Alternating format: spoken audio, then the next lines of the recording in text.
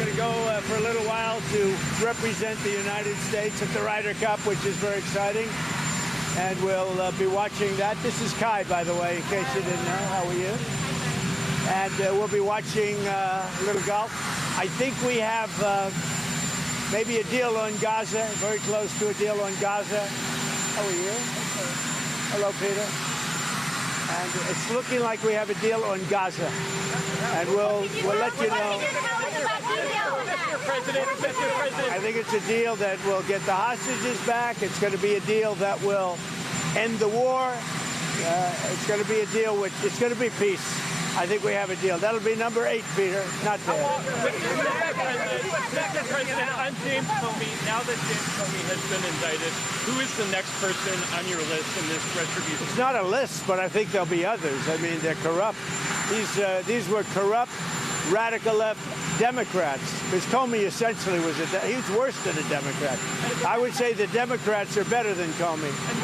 But no, there'll be others. Look, that's my opinion.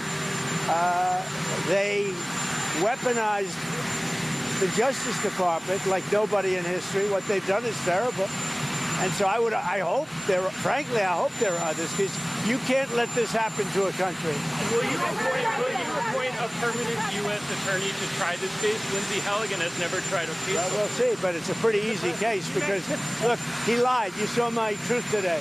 He lied. It was yes, no. He didn't say, well, in my opinion, he didn't do a lot of things that maybe he should have, but I don't think he could because he lied. That was a very important question that he was asked, and he wanted to be specific, but he didn't. The only thing that happened to him, he didn't think he'd get caught. That answer that he gave, that was a very important answer, and it was for him, it was a very good answer if he didn't get caught, but he got caught lying to Congress. How is this not politicizing the Justice? We met the Australians. President Trump, are you worried now that the next time there's a Democratic president, they will indict your FBI director or people in your administration? That's what they tried to do, right? They did it with me. For 4 years, they went after me. They went after me for 4 years, and that doesn't include the 4 great years that we had in the White House.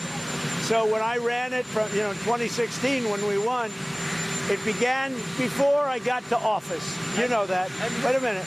Before I came to office, I started hearing rumors about Russia. I said, what the hell do I have to do with Russia? Nothing. And then it got worse and worse, and some of the fakers, not you, but some of the fake news picked it up and they loved it. And we went through a long time with that. And despite that, we had a great first term. Because that's how it went, where they made you go and take a mugshot. Is this more about justice or is it about revenge? It's about justice, really. It's not revenge. It's about justice. It's also about the fact that you can't let this go on. They are sick, radical left people, and they can't get away with it. And Comey was one of the people. He wasn't the biggest, but he's a dirty cop. He's always been a dirty cop. Everybody knew it. And it's, as far as the case is concerned, he gave an answer. It was a strong answer. He then verified it a couple of times because that was a very important answer. If he would have equivocated, if he would have been like a little bit less sure, that would have been very bad for him. So he gave an answer. The only problem is for him, he didn't think he'd be caught, and he got caught, Peter.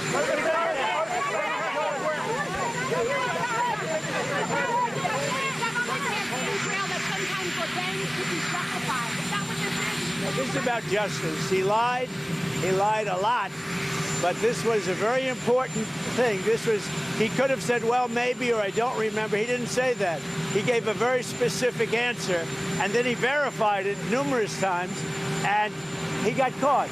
The problem that Comey has is he got caught lying, and he was very strong. It's not like, well, maybe, or I don't remember, or he gave a very specific answer because it was a very powerful question, a very important question. And when he gave the answer, the only problem is he got caught. So. Mr.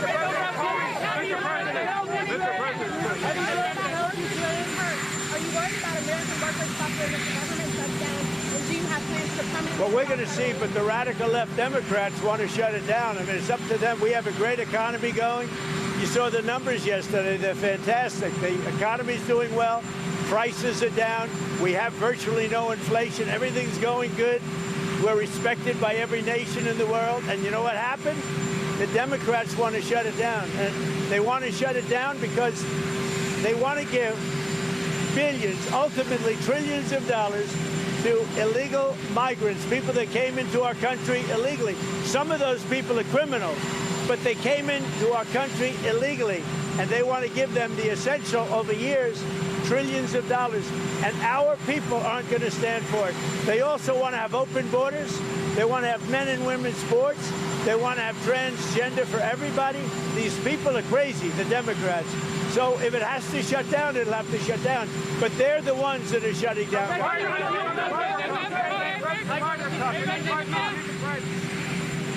You're watching President Trump there talking to reporters ahead of his trip to the Ryder Cup in New York. He talked about Israel's war in Gaza, saying he thinks a deal to free the hostages could come soon. He also talked about that indictment against former FBI Director James Comey, and we will have much more on that in just a moment. But let's bring back Chief Foreign Correspondent Ian Pannell for more on this potential deal in Gaza.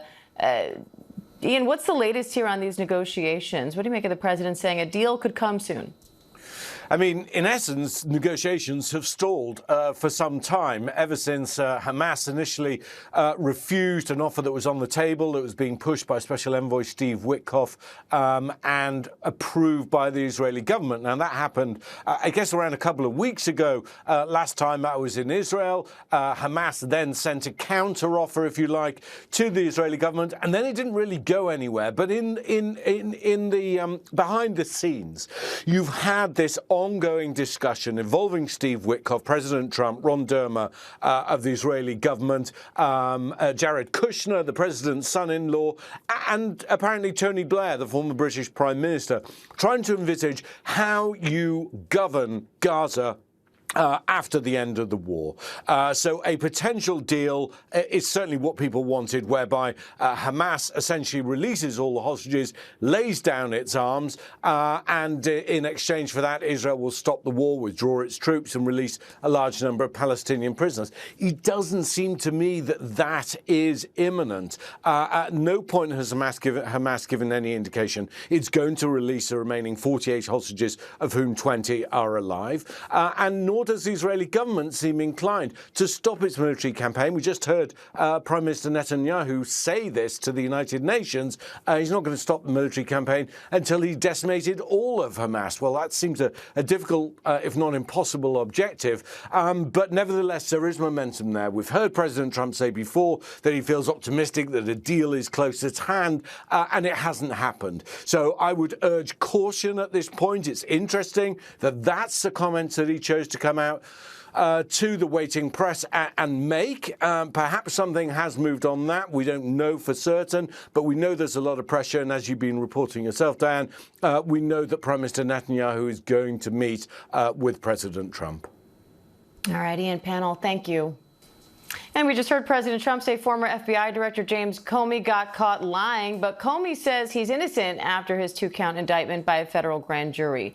He's charged with making a false statement and obstruction related to his testimony before the Senate Judiciary Committee in 2020.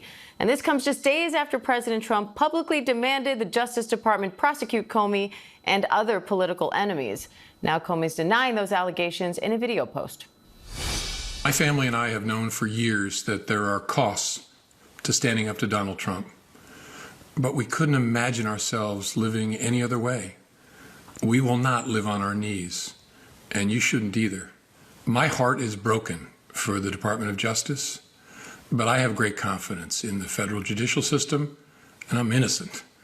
So let's have a trial and keep the faith. ABC News Washington Bureau Managing Editor Catherine Falders and legal contributor Brian Buckmeyer are here with more on that.